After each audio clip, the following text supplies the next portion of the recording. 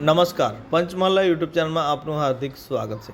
ભગવાન બિરસા મુંડાની 150મી જન્મજયંતિ નિમિત્તે સમગ્ર રાજ્યમાં ઉજવાઈ રહેલા જનજાતીય ગૌરવ વર્ષના અનોખા આયોજનોની શ્રેણીમાં આજે જાંબુઘોડા ખાતે એક મહત્વપૂર્ણ સેવા કાર્યનો પ્રારંભ થયો।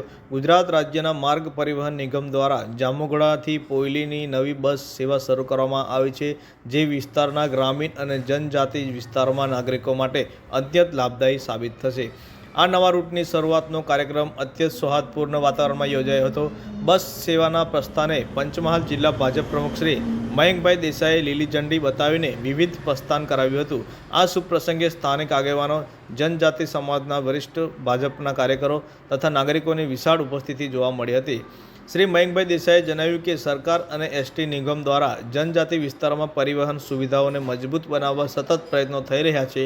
નવી બસ સેવા શરૂ થવાથી જાંબુઘોડા, પોયલી અને આસપાસના ગામોમાં જેવા કે ગરમુલા, વાવ, ચાલવડ, ગાંધરા વિદ્યાર્થીઓ, કામદારો, વેપારીઓ તેમજ સામાન્ય નાગરિકોને મુસાફરીમાં સુવિધા, સલામતી અને સમય બચતનો મોટો લાભ મળશે।